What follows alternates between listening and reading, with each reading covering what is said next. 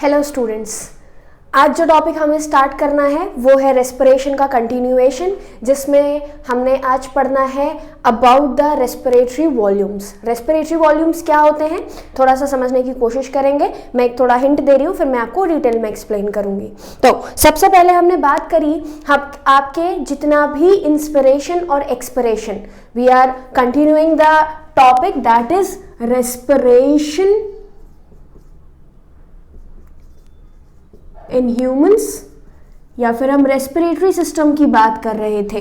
और जब भी आप रेस्पिरेटरी सिस्टम की बात करते हो तो इसमें हमने सबसे पहले रेस्पिरेटरी सिस्टम पढ़ना होता है। रेस्पिरेटरी सिस्टम के बाद हमने जो टॉपिक कंटिन्यू किया था वो था मैकेनिज्म ऑफ रेस्पिरेशन। मतलब सबसे पहले मैंने आप लोगों को लास्ट क्लासेस के टॉपिक्स में एक्सप्लेन किया था अबाउट द रेस्पिरेशन, कि रेस्पिरेशन होता क्या है। दूसरा टॉपिक जो हमने बहुत डिटेल में समझा था और पढ़ा था, that's totally about the respiratory system. मतलब जो रेस्पिरेशन परफॉर्म हमारी बॉडी में करवाया जा रहा है, ये रेस्पिरेशन या फिर रेस्पिरेटरी सिस्टम इनिशिएट कहाँ से होता है और कौन कौन से कंपोनेंट इसमें इंक्लूड करके हमारी बॉडी के रेस्पिरेशन को परफॉर्म करवाने के लिए रिस्पॉन्सिबल होते हैं। तो सबसे पहले हमने बात करी थी नेजल चैम्बर की। नेजल चैम्बर या फिर हम बात करें नेजल होल्स की, नेजल होल आपको कंडक्ट करता है नेजल चैम्बर की तरफ, जो कि आपका मेन पार्ट है आपकी रेस्पिरेटरी सिस्टम का इनिशिएशन का। फिर हम आगे बढ़े थे, फेरिंग्स पढ़ा था हमने, लेरिंग्स पढ़ा था, उसके बाद हम ट्रैकिया में एंट्री किए थे, जो कि आपका एक ट्यूब लाइक स्ट्रक्चर था for the conduction of the air into the lungs. फिर लंग्स के बाद जब हम आगे बढ़े तो लंग्स के आगे बढ़ने पर हमने लंग्स के बारे में पढ़ा। लंग्स को प्रोटेक्शन के लिए हमने एक लेयर बना रखी है, उस लेयर के बारे में हमने जिक्र पढ़ा था, जो कि कहलाती थी आपकी क्या रिब केज, जो कि प्रोटेक्शन देने का काम करता था। फिर लंग से अगर हम नीचे की तरफ देखें तो नीचे एक डोम शेप स्ट्रक्चर प्रेजेंट था, एक मस्कुलर स्ट्रक्चर प्रेजेंट था, जिसको हम डायफ्राम कहते थे। तो जब भी हम बात कर रहे हैं आपके बॉडी के अंदर रेस्पिरेटरी सिस्टम की, तो it starts from the nasal holes to and ends to the diaphragm. Diaphragm से ऊपर की जो पूरी की पूरी कैविटी है, जो कि लंग्स कैविटी या फिर हम इसको थोरेसिक कैविटी भी कहते हैं, और यही थोरेसिक कैविटी रिस्पॉन्सिबल होती है हमारी बॉडी के अंदर गैसेस एक्सचेंज को करवाने के लिए। अब जो टॉपिक हमने कंप्लीट किया वो पूरा का पूरा एक सिस्टम था कि पूरे सिस्टम में आप कैसे कैसे काम कर रहे हो या कैसे कैसे आप आगे बढ़ते हैं, और आगे बढ़ने पे आपका किस पाथ को क्रॉस करती हुई हमारी एयर नेजल चैम्बर से लंग्स तक पहुंचती है, लंग्स के एल्विलाई तक पहुंचती है, और लंग्स के एल्विलाई तक पहुंचने के बाद गैसेस एक्सचेंज जो है वो परफॉर्म करवाया जाता है। मतलब हमारे फूड को ऑक्सीडाइज करने के लिए, that was the main expect of the respiration. क्या एक्सपेक्ट है कि भाई जितनी भी एटमॉस्फेयर में ऑक्सीजन प्रेजेंट है उसकी कुछ अमाउंट ऑफ ऑक्सीजन हमारी बॉडी में जाती है to make our food oxidise. हमारे फूड को ऑक्सीडाइज करने के लिए हम क्या करते हैं, हमारे फूड को ऑक्सीडाइज करने के लिए हम आपका ऑक्सीजन का इस्तेमाल करते हैं, and that oxygen is taken up by the atmosphere with the help of respiratory system. तो ये जो रेस्पिरेटरी सिस्टम में हमने पूरा का पूरा गैसेस एक्सचेंज पढ़ा, ये गैसेस एक्सचेंज आपका क्या बनाता है, ये गैसेस एक्सचेंज आपकी बॉडी में ऑक्सीडेशन करवाएगा फूड का। But the most important thing is that the oxygen जो हम एटमॉस्फेयर से ले रहे हैं वो प्रॉपर तरीके से टिश्यू तक पहुंचती है या फिर नहीं पहुंचती है। तो जो हम लास्ट क्लासेस से टॉपिक डिस्कस कर रहे हैं वो इंपॉर्टेंटली यही टॉपिक है, जिसके थ्रू या जिसकी हेल्प से हम पूरे के पूरे पाथ में किस तरीके से आपके नेजल चैम्बर से टिश्यू तक ऑक्सीजन पहुंचाएंगे, और उसके बाद वो जो टिश्यू है उस ऑक्सीजन को यूटिलाइज करके आपके डिफरेंट वर्क्स को परफॉर्म करने का काम करता है। सो कल जो टॉपिक हमने खत्म किया वो रेस्पिरेटरी सिस्टम कर लिया। आप लोग को पूरा का पूरा लंग्स का जो थोरेसिक चैम्बर है या जो थोरेसिक कैविटी है जो कि डायफ्राम से ऊपर मिलती है, वो पूरी थोरेसिक कैविटी के बारे में आप बहुत ज्यादा डिटेल में समझ चुके हैं, पढ़ चुके हैं। दूसरा टॉपिक जो हमने कंप्लीट किया वो था आपका mechanism of respiration. Mechanism of respiration क्या है भाई? हमने पढ़ा कि रेस्पिरेशन एक वो फिनोमेना है जिसमें हम ऑक्सीजन के साथ ग्लूकोज को ऑक्सीडाइज करवा के और एनर्जी रिलीज करवाने का काम करते हैं। बट इन द ह्यूमंस या फिर हम एक कॉम्प्लेक्स एनिमल की बात करें तो इस फिनोमेना के लिए हमें ऑक्सीजन को टिश्यू तक पहुंचाना एक बहुत टिपिकल टास्क होता है।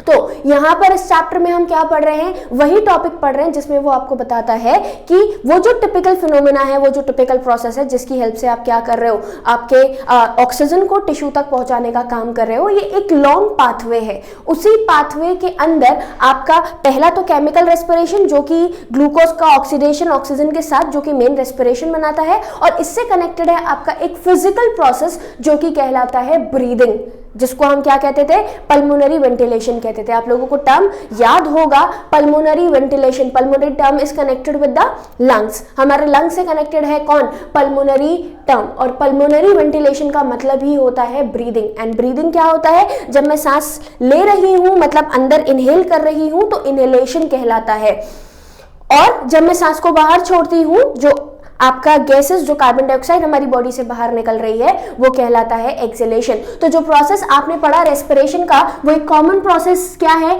To take up the oxygen, take up the oxygen and release O2, CO2।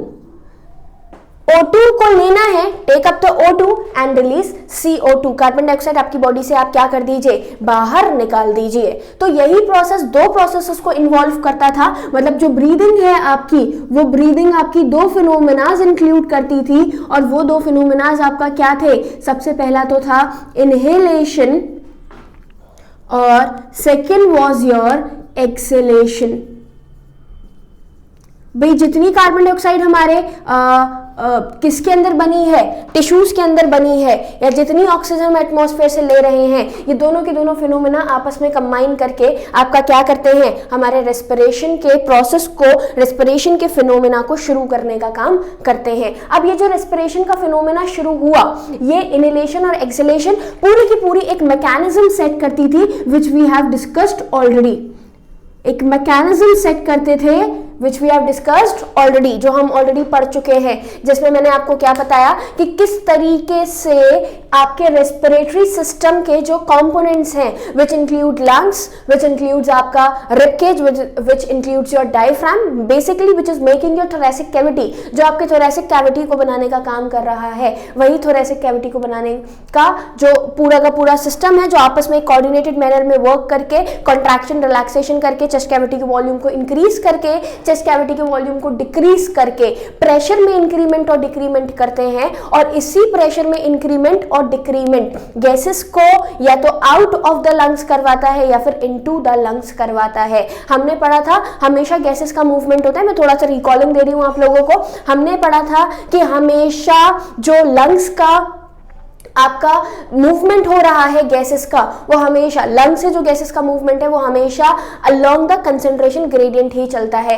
What is the meaning of the along the concentration gradient, मतलब movement of gases from its higher concentration level towards their lower concentration level, मतलब ज्यादा से कम की तरफ आप move करना जो है वो शुरू कर दीजिए। तो ये जो मूवमेंट चल रहा है ये क्यों चलेगा, ये या तो आप एटमॉस्फेयर के प्रेशर को चेंज करो या फिर आप क्या करो, अपने इंटरनल एनवायरनमेंट को चेंज करो। तो obviously we cannot change the atmospheric pressure, पर हम अपने इंटरनल एनवायरनमेंट को चेंज कर सकते हैं। और यही जो इंटरनल एनवायरनमेंट में चेंज आ रहा है, ये चेंज किया जाता है थोरेसिक कैविटी के कंपोनेंट्स की वजह से, डायफ्राम की वजह से, रिब केज की वजह से, रिब केज में प्रेजेंट इंटरनल इंटरकोस्टल्स मसल्स की वजह से, रिब केज में प्रेजेंट एक्सटर्नल इंटरकोस्टल्स मसल्स की वजह से। और ये चेस्ट कैविटी में डायफ्राम का कॉन्ट्रैक्शन, या फिर मैं बात करूं आपका इंटरनल इंटरकोस्टल्स मसल्स का कॉन्ट्रैक्शन, एक्सहेलेशन इनहेलेशन करवाएगा, और इसी का अगर मैं अपोजिट कर दूं तो वो एक्सहेलेशन कहलाएगा। तो ये तो हमारी मैकेनिज्म हम पढ़ चुके। अब मैकेनिज्म के बाद मुझे क्या करना है,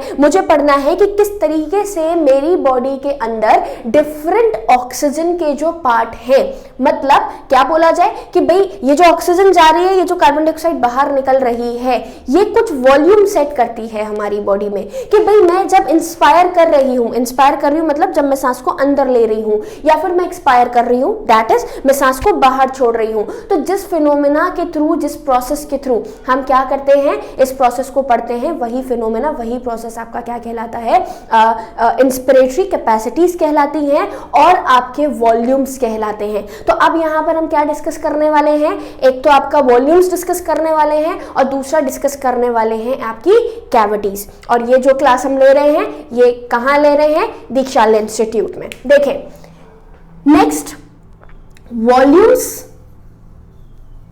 and capacities of what, obviously of lungs, volumes and capacities of lungs. ये वॉल्यूम्स ऑफ कैपेसिटीज क्या है भाई आपके, तो ये वॉल्यूम और कैपेसिटीज आपके वो पार्ट्स हैं, मतलब वो स्टडी जो हमें यहाँ पे करना है वो क्या करना है कि किस तरीके से लंग्स के अंदर जब भी आप इंस्पायर या एक्सपायर कर रहे हैं तो कितना अमाउंट ऑफ एयर आप अपने लंग्स में ले जा सकते हैं, दैट इज कॉल्ड कैपेसिटी, और कितना जा रहा है दैट्स कॉल्ड वॉल्यूम। तो मैं आप लोगों को टर्म एक्सप्लेन कर रही हूं but I am not going to write the sentences, मैं सेंटेंसेस नहीं लिखूंगी, मैं सिर्फ एक्सप्लेन करूंगी। तो देखिए सबसे पहला पार्ट क्या है आपका, सबसे पहला part is your tidal volume, first part is your tidal volume. So students देखेंगे टाइडल वॉल्यूम क्या वॉल्यूम है भाई, मैंने आपको बताया दोनों में difference, what is the difference between the volumes and the capacities. Volume मतलब कितना एयर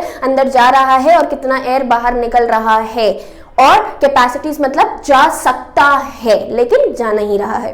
ओके, वो अकॉर्डिंग टू द चेंजेस हम पढ़ेंगे और जब मैं इसको टर्म्स को एक्सप्लेन कर दूंगी तो you will automatically get the difference between the volume and the capacities of the lungs. Okay, so come to the point, first point is your tidal volume. What is the meaning of the tidal volume? Tidal volume is the volume which is taken normally, मतलब एक normal inspiration और एक normal expiration में जितना volume of air हम inspire या फिर expire करते हैं, यही फिनोमेना आपका कहलाता है टाइडल वॉल्यूम, जिसको डिनोट किया जाता है हमेशा, कोई डिनोशन मतलब है नहीं टिपिकल, टीवी से। किससे डिनोट किया जाता है? टीवी से डिनोट किया जाता है। क्या मतलब है यहाँ पर टीवी का? Tidal volume means it is the volume of air inspire और expire in a normal breathing. एक नॉर्मल ब्रीदिंग में, एक नॉर्मल सांस लेने के फिनोमेना में जितना पर्टिकुलर एयर आप इंस्पायर कर रहे हो नॉर्मली या फिर एक नॉर्मल एक्सपिरेशन कर रहे हो, वही फिनोमेना वही वॉल्यूम आपका क्या कहलाता है? टाइडल वॉल्यूम कहलाता है। आप समझेंगे फिर से, मैंने सांस लिया, मैं अभी नॉर्मल आप लोगों को पढ़ा रही हूं, पढ़ाते टाइम पे लगातार मेरी एनर्जी यूटिलाइज हो रही है और इस एनर्जी के यूटिलाइजेशन में we are continuously breaking down our glucose molecule with the help of oxygen to release the energy. और ये जो कंटिन्यूस ऑक्सीजन मेरी बॉडी में एंटर कर रही है, ये किस फिनोमेना के थ्रू कर रही है? Tidal volume. आप अभी बैठे हैं, आप लोग पढ़ रहे हैं, आप लोग अपनी डिफरेंट एक्टिविटीज कर रहे हैं जिसपे आपका ब्रीदिंग पर ध्यान नहीं है और एक नॉर्मल ब्रीथ आप ले रहे हो जो आप काउंट नहीं करते, वो कितनी होती है आपकी? लगभग 500 वॉल्यूम। तो अगर मैं बोलूं कि भाई टाइडल वॉल्यूम कितना है, मैं एक्सप्लेन कर रही हूं कि एक बार में आपकी बॉडी के अंदर कितना अमाउंट ऑफ एयर एक सिंपल एक्सपिरेशन के थ्रू बाहर निकल जाता है, तो हम क्या जवाब देते हैं? Tidal volume is equal to 500 ml। कितना ml है? 500 ml, मतलब आधा लीटर। अब समझे एक चीज और, मुझे यहाँ पर आप लोगों को एक्सप्लेन करने की जरूरत नहीं है, बट क्वेश्चन जो है वो बहुत इंपॉर्टेंटली यहाँ पे थ्योरेटिकल बेसिस पे भी पूछ लिया जाता है और नीट के बेसिस पे भी, एमसीक्यूज में भी पूछा जाता है। तो समझे, यहाँ पे वो डायरेक्ट नहीं पूछेगा गिव द टाइडल वॉल्यूम या व्हाट इज टाइडल वॉल्यूम, पूछ भी सकता है, लेकिन क्वेश्चन का जो फॉर्म वो चेंज करेगा, वो कैसे करेगा, वो ये मैं बता रही हूँ आपको। पर ब्रीथ मतलब पर ब्रीथ नहीं बोल सकते क्योंकि it includes both inspiration and expiration, या तो इंस्पिरेशन या फिर एक्सपिरेशन। तो टोटल कितना वॉल्यूम इंक्लूड करता है? 500 ml इंक्लूड करता है। Now I am talking about what, कि एक मिनट में कितना टाइडल वॉल्यूम आप इंस्पायर कर लेते हो। तो मैं क्या जवाब दूंगी भाई? एक नॉर्मल ब्रीथ में हम क्या करते हैं? एक नॉर्मल ब्रीथ में हमने 500 ml जो एयर है वो इंस्पायर किया। अब 1 मिनट में मैं कितनी ब्रीथ या फिर कितनी बार मैं इंस्पायर या एक्सपायर कर लेती हूँ उसको मैं मल्टीप्लाई कर दूंगी, और मल्टीप्लाई करने पे मुझे क्या मिल जाएगा, 500 ml से मल्टीप्लाई बाय 12 to 16, मतलब जो मैं एक नॉर्मल ब्रीथ ले रही हूँ वो कितनी ले रही हूँ, 12 से 15 बार। तो जो 12 से 15 बार वॉल्यूम मतलब जो मैंने इंस्पायर किया वो मेरा क्या हो गया, पर मिनट टाइडल वॉल्यूम आ गया। वो क्वेश्चन पूछ लेता है, क्वेश्चन हमेशा क्या पूछता है, क्वेश्चन पूछता है टाइडल वॉल्यूम पर मिनट, टाइडल वॉल्यूम पर मिनट पूछेगा। तो टाइडल वॉल्यूम पर मिनट आप निकाल लेते हैं, 5000 ml टू 8000 ml लगभग ये आपका टाइडल वॉल्यूम होता है। तो ये वॉल्यूम्स आपको लर्न करने पड़ेंगे, और मैंने आपको बता दिया कि भाई आप एक नॉर्मल ब्रीथ कितनी बार ले रहे हो, 14 से या 12 से 15 16 बार। तो वो जो 12 से 16 बार आप ब्रीथ कर रहे हो उस ब्रीथ को आप 500 ml से मल्टीप्लाई करके इजीली टाइडल वॉल्यूम को निकाल सकते हैं। नेक्स्ट आगे बढ़ते हैं हम। नेक्स्ट आपका टाइडल वॉल्यूम के बाद जो टॉपिक है जो आपका वॉल्यूम है वो है इंस्पिरेटरी रिजर्व वॉल्यूम। कैसे इंक्लूड होता है, IRV, मतलब कैसे डिनोट करते हैं, IRV के थ्रू डिनोट करते हैं, देखेंगे। अब जो आप इंस्पिरेटरी रिजर्व वॉल्यूम की बात कर रहे हैं, ये कौन सा वॉल्यूम है, ये वो वॉल्यूम है जिसमें आपने बोला कि भाई इंस्पिरेशन टाइडल वॉल्यूम में आ गया, एक नॉर्मल एक्सपिरेशन टाइडल वॉल्यूम में आ गया। मैंने अगेन आपके वर्ड में थोड़ा सा चेंज किया और इसको सिर्फ इंस्पिरेशन या फिर एक्सपिरेशन ना बोलते हुए क्या बोला, मैंने बोला यहां पर नॉर्मल इंस्पिरेशन या फिर नॉर्मल एक्सपिरेशन। तो ये जो नॉर्मल इंस्पिरेशन या फिर नॉर्मल एक्सपिरेशन चल रहा है, यही नॉर्मल इंस्पिरेशन और नॉर्मल एक्सपिरेशन टाइडल वॉल्यूम बनाता है। लेकिन when you came into the category of the inspiratory reserve volume, तो एक बार में एक नॉर्मल वॉल्यूम जो आप फोर्सिबल इंस्पिरेशन से परफॉर्म करते हो, मतलब ये सांस में टाइडल वॉल्यूम ले रही हूं, मुझे ऑब्जर्व करने की कोशिश कीजिएगा। मैंने क्या किया, एक टाइडल वॉल्यूम के बाद आपका एक इंस्पायर जो मैं कर रही थी उसमें एडिशनल मैं कितना सांस अंदर ले जा सकती हूं या कितना एयर में और फोर्सिबली अपने लंग्स में भेज सकती हूं, ये कहलाता है inspiratory reserve volume, that is IRV। Inspiratory reserve volume आपका कितना होता है भाई, is equal to the 2500 ml to 3000 ml। कितना है आपका, 2500 से 3000 ml, मतलब 2.5 लीटर से 3 लीटर जो वॉल्यूम ऑफ फोर्सिबल इंस्पिरेशन है वो आप क्या कर सकते हो, अपने लंग्स के थ्रू बाहर निकाल सकते हो। क्लियर हुआ? तो फिर से मेरी बात को समझेंगे। मैंने बोला टाइडल वॉल्यूम एक नॉर्मल इंस्पिरेशन है या फिर नॉर्मल एक्सपिरेशन में जितना गैस अंदर या बाहर जा रहा है वही क्या कहलाता है, आपका टाइडल वॉल्यूम कहलाता है। और इसके एडिशनल आप कितनी एयर को अंदर ले जा सकते हैं, वो कितनी एयर अंदर निकलने वाली क्या कहलाता है, आपका इंस्पिरेटरी रिजर्व वॉल्यूम कहलाता है। तीसरा इंस्पिरेटरी रिजर्व वॉल्यूम के बाद हम बात करते हैं expiratory reserve volume, that is ERV।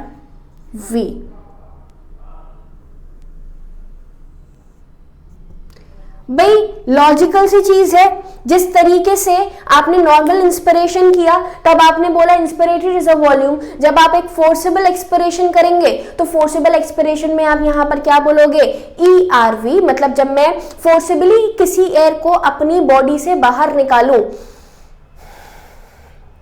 जितनी एयर आपने मुझे ऑब्जर्व किया होगा, तो जितना फोर्सिबल एक्सपिरेशन के थ्रू मैं गैसेस को अपनी बॉडी से बाहर निकाल सकती हूँ वही फिनोमेना क्या कहलाता है, आपका ERV कहलाता है। और ERV आपका कितना होता है, लगभग 1100 ml, 1100 ml। ये सब वॉल्यूम्स आपको याद करने पड़ेंगे। तो मैं अभी आपको वॉल्यूम्स पढ़ा रही हूँ। वॉल्यूम्स में हम क्या पढ़ रहे हैं, टाइडल वॉल्यूम हम पढ़ चुके, इंस्पिरेटरी रिजर्व वॉल्यूम हम पढ़ चुके, एक्सपिरेटरी रिजर्व वॉल्यूम हम पढ़ चुके। दीज आर द वॉल्यूम या फिर वो वॉल्यूम जो कि फोर्सिबल एक्सपिरेशन के थ्रू बाहर निकाला जाता है। आप फोर्सिबली कितना अमाउंट ऑफ एयर अपने लंग से बाहर निकाल देंगे, यही क्या कहलाएगी, आपकी एक्सपिरेटरी रिजर्व वॉल्यूम कहलाती है। ओके, नाउ जब हम आगे बढ़े फोर्थ पर, तो फोर्थ पर एक वॉल्यूम हमारे पास और आया जिसको मैंने नाम दिया रेजिडुअल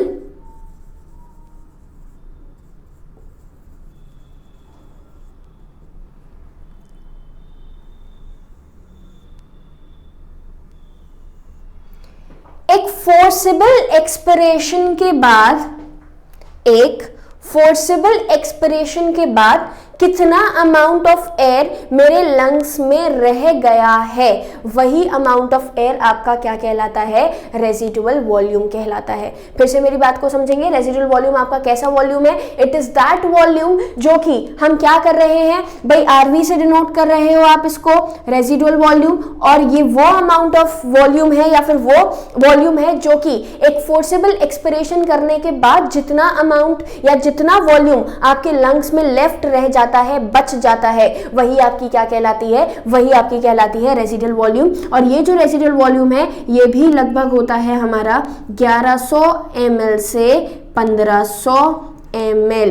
अब देखें भाई, मुझे इसको निकालने के लिए बहुत ज़्यादा टफनेस नहीं होनी चाहिए, क्योंकि मैं याद कर सकती हूँ कि जब मैंने फोर्सिबल इंस्पिरेशन किया तो लगभग 2500 से 3000 ml जो गैस थी वो अंदर गई। उसके बाद जब मैंने एक्सपिरेशन किया तो सिर्फ उस 2500 से 3000 की सिर्फ कितनी बाहर निकल पाई, 1100 लगभग। तो ऑलमोस्ट बची हुई जो रेजिडुअल वॉल्यूम आपकी रह जाएगी वो कितनी रह जाएगी आपकी, 1100 से 1500। इसी से कनेक्टेड, हालांकि वॉल्यूम्स वाला पार्ट नहीं है पर फिर भी इस पे क्वेश्चन बहुत पूछा जाता है, that is dead space.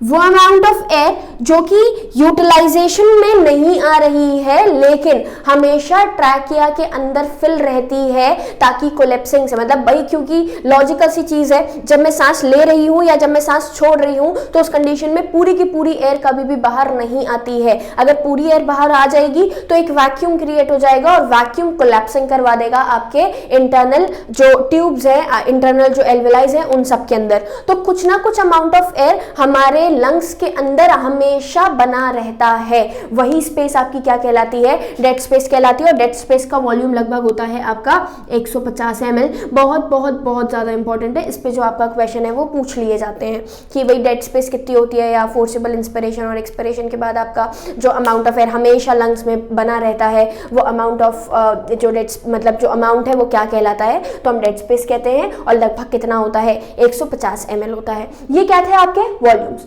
Volumes के बाद जब मैं आगे बढ़ूंगी तो वॉल्यूम्स के बाद है आपकी कैपेसिटीज।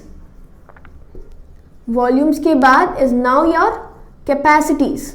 जब आप कैपेसिटीज की बात कर रहे हैं तो कैपेसिटी मैंने अभी अभी आपको बोला क्या, वॉल्यूम वो जो आ रहा है और जा रहा है। कैपेसिटी की हम बात करते हैं कि कितना अमाउंट आपका एक पर्टिकुलर जगह में एकोमोडेट हो सकता है। तो सबसे पहला कैपेसिटीज में inspiratory capacity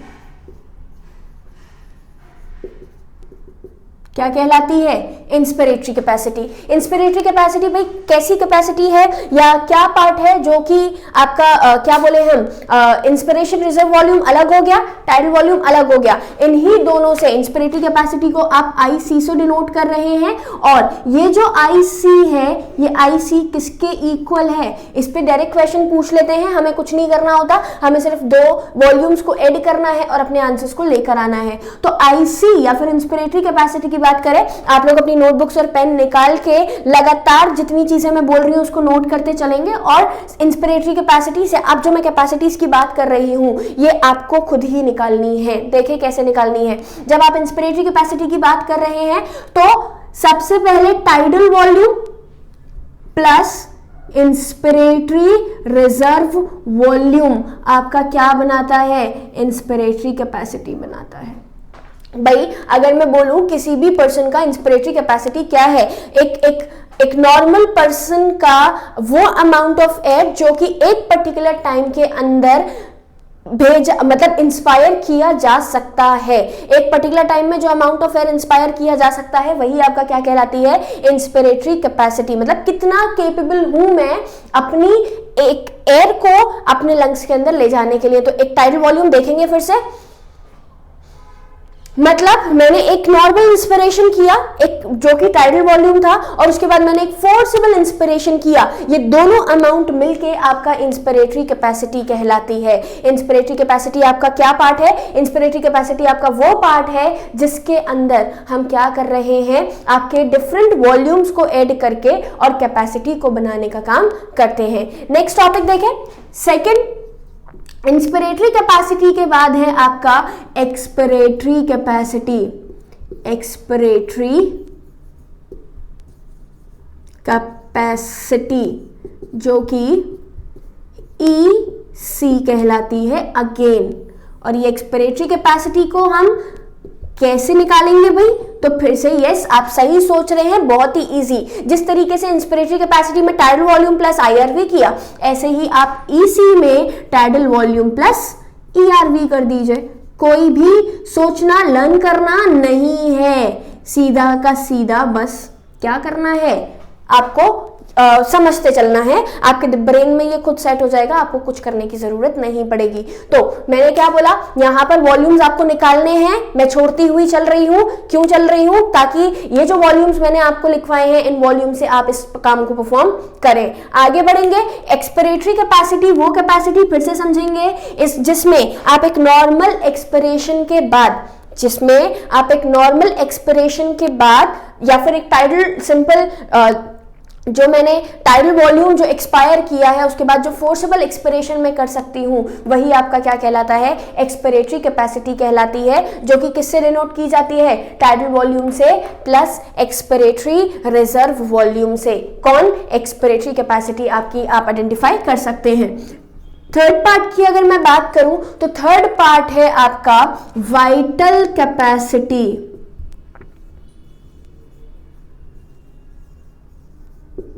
third part is your vital capacity. बहुत इंपॉर्टेंट है ये वीसी, ये वीसी पे बहुत क्वेश्चंस पूछे जाते हैं। भाई ये क्या चीज है, तो समझेंगे। जब आपने बात करी इंस्पिरेटरी कैपेसिटी में के बाद एक्सपिरेटरी कैपेसिटी की और एक्सपिरेटरी कैपेसिटी के साथ के बाद वाइटल कैपेसिटी, तो ये दोनों अलग अलग पार्ट हैं। ये दोनों कैसे पार्ट्स हैं, डिफरेंट, कि भाई किस टाइम पर आप क्या कर रहे हैं, या तो इंस्पायर कर रहे हैं वो कैपेसिटी, और जो आप एक्सपायर कर रहे हो वो। लेकिन वाइटल कैपेसिटी एक वो कैपेसिटी है जिसमें आप पूरी तरीके से एक बार में कितना एयर नॉर्मली अंदर लेके गए, फिर उसके बाद फोर्सिबल इंस्पिरेशन किया और उसके बाद फोर्सिबल एक्सपिरेशन किया। ये तीनों चीजें मिलके आपकी क्या बनाती हैं, ये तीनों चीजें मिलके बनाती हैं आपकी वाइटल कैपेसिटी। तो VC is equal to the tidal volume plus ERV plus IRV।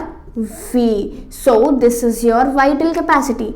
ये आपकी क्या है, वाइटल कैपेसिटी है, जिसमें आप क्या कर रहे हैं, जिसमें आप टाइडल वॉल्यूम को, इंस्पिरेटरी रिजर्व वॉल्यूम को, एक्सपिरेटरी रिजर्व वॉल्यूम को साथ में ऐड कर देते हैं। वही पार्ट, वही कैपेसिटी आपकी क्या कहलाती है, वाइटल कैपेसिटी कहलाती है। भाई फिर से सुन लेंगे, ये पार्ट जो मैं आपको समझा रही हूं, it is the most important part of the respiration, और एक मेजर कैटेगरी MCQs की इसके थ्रू जाती है। आपको कुछ नहीं करना, if you are preparing for the NEET, आप नीट के लिए प्रिपेयर कर रहे हैं तो NCERT को आपने घोल के पी जाना है। और ये जितना पार्ट मैं आपको एक्सप्लेन कर रही हूँ, इसमें से कुछ कुछ चीजें ऐसी हैं जो कि क्वेश्चन के बेसिस पे पूछी जाती हैं, जो कि एक्स्ट्रा है, वो मैंने आपको बता दिया है। और NCERT का बेसिक व्यू हम लेके यहाँ पर चल रहे हैं।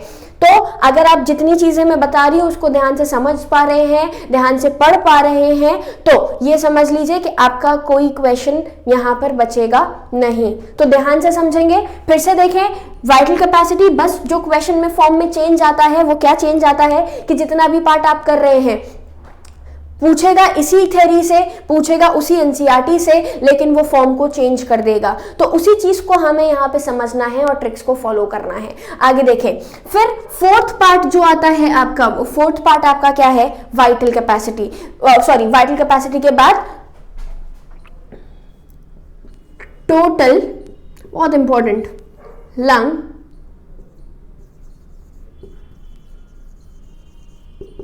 Capacity, total lung capacity. Total lung capacity भाई क्या है?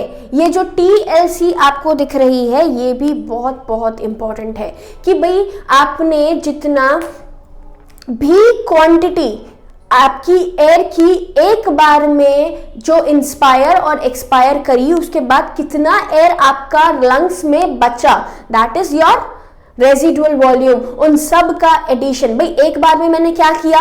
एक नॉर्मल इंस्पिरेशन, फिर उसके बाद मैंने क्या किया? इंस्पिरेटरी रिजर्व वॉल्यूम, तेज इंस्पिरेशन, फिर मैंने क्या किया? Forcible expiration. हो गया कंप्लीट। ये था वाइटल कैपेसिटी। अब वाइटल कैपेसिटी में एक फोर्सिबल एक्सपिरेशन के बाद अब कितना अमाउंट ऑफ एयर मेरे लंग्स में बचा, अगर मैं उसको भी निकाल मतलब ऐड करूं तो ये आपका क्या बना देगा? टोटल लंग कैपेसिटी बनाएगा। TLC देखें, TLC is equal to what? TLC is equal to your चलिए पहले मैं आपको छोटा सा चीज एक्सप्लेन, चलिए ठीक है लिखते हैं। Tidal volume plus IRV plus ERV plus RV। Yes, सही सोच रहे हैं आप लोग बिल्कुल, और हम सही जा रहे हैं।